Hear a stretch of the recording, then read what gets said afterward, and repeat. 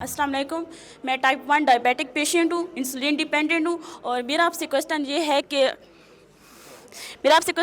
Artificial आजकल जो modern therapies हो रहे हैं, जैसे आइलेट सेल्स और उसके अलावा जो स्टेम सेल थेरेपीज़ हो रहे हैं, ये क्या परमानेंट ट्रीटमेंट बन सकता है?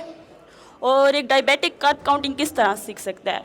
इंसुलिन के अकॉर्डिंग कर्ब्स लेगा कि किस तरह?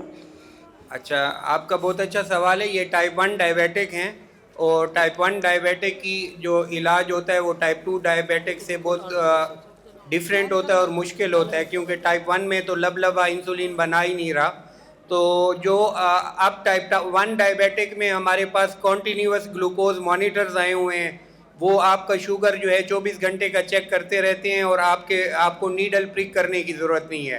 तो ये CGM पाकिस्तान में 2018 से हैं अवेलेबल, और ये काफ़ी लोग टाइप 1 में जो है इस्तेमाल कर रहे हैं। इसी तरह आजकल इंसुलिन पंप्स अवेलेबल हैं जो इंसुलिन खुद देते रहते हैं मरीज़ को। जहाँ तक आपने बात की आइलेट सेल ट्रांसप्लांट, तो आइलेट सेल ट्रांसप्लांट जो है कामयाब नहीं है। पूरे यूके में एक साल में 28 आइलेट सेल ट्रांसप्लांट होते हैं। उसके बाद भी मरीज़ों को फिर क़ुव्वत मुदाफ़ियत कम करने वाली दवाई लेनी पड़ती है। जैसे रीनल ट्रांसप्लांट के बाद दवाई दी जाती है कि इम्यूनिटी कम हो, इसी तरह आइलेट सेल ट्रांसप्लांट के बाद भी जो है ना, एक तो उनको और दवाइयाँ दी जाती हैं, और आइलेट सेल ट्रांसप्लांट के बाद कभी भी इंसुलिन बंद नहीं होती, मरीज़ ठीक नहीं होता।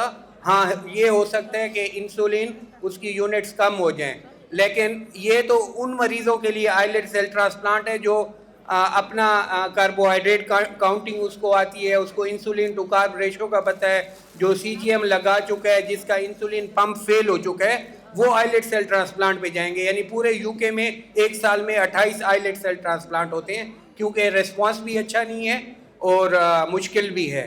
तो ये उन लोगों के लिए जो किसी और दवाई से या चीज़ों से जो है ना वो कंट्रोल ही ना हो रहा। अब एक मरीज़ शुगर का इंसुलिन ही नहीं लगा रहा है, इंसुलिन बंद कर रहा है, तो आइलेट सेल ट्रांसप्लांट से उसको कोई फ़ायदा नहीं होगा।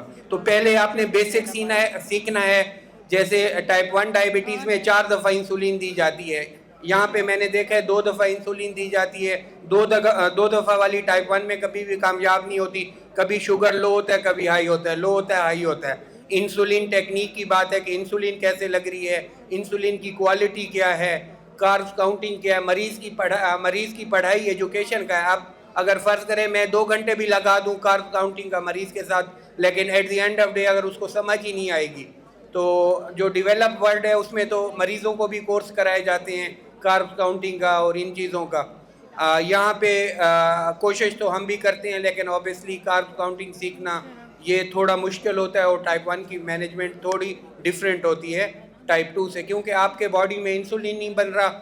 आधा यूनिट इंसुलिन का आपके शुगर को बहुत ऊपर या नीचे लेके आ सकता है।